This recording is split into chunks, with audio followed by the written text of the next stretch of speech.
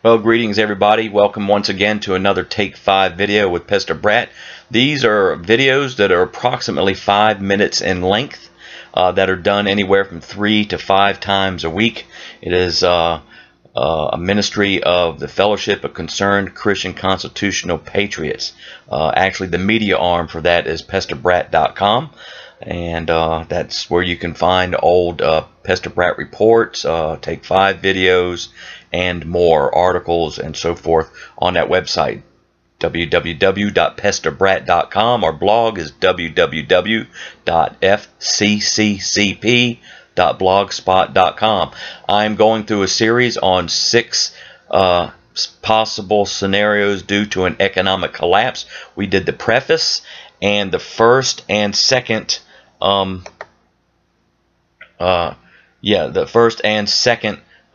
scenario, and now we are going to do more scenarios, and so I'm going to go ahead and proceed with that.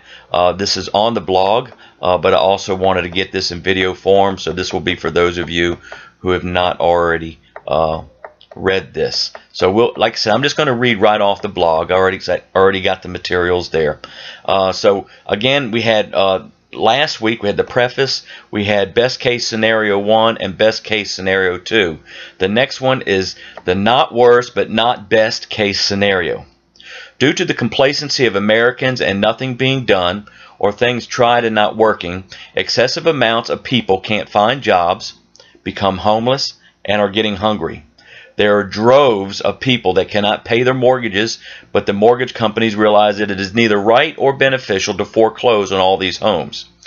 Through the warning and informing of numerous groups, including the Fellowship of Concerned Christian Constitutional Patriots, or common sense by various people, many people stocked up on food, water, other necessities, guns and ammunition for protection and hunting, seeds and tools for gardening, and those who have their home paid for share the property with family, friends, and others who have no home.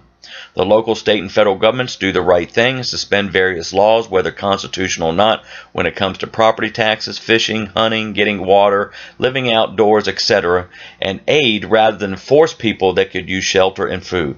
This happens before the dead in Christ rise and rapture the church prior to the tribulation period. Okay, now we're going to move on into some worst case scenarios. Again, this might be a 3-parter. I don't want to make this too long. We try to keep it within the 5 to 5.5 minute range. Worst case scenario 1. The economy continues to worsen. Inflation causes food prices to continue to rise. Joblessness increases, and most of the jobs available are service-oriented minimum wage jobs that are also decreasing because more and more people cannot afford to eat out and do the many other services.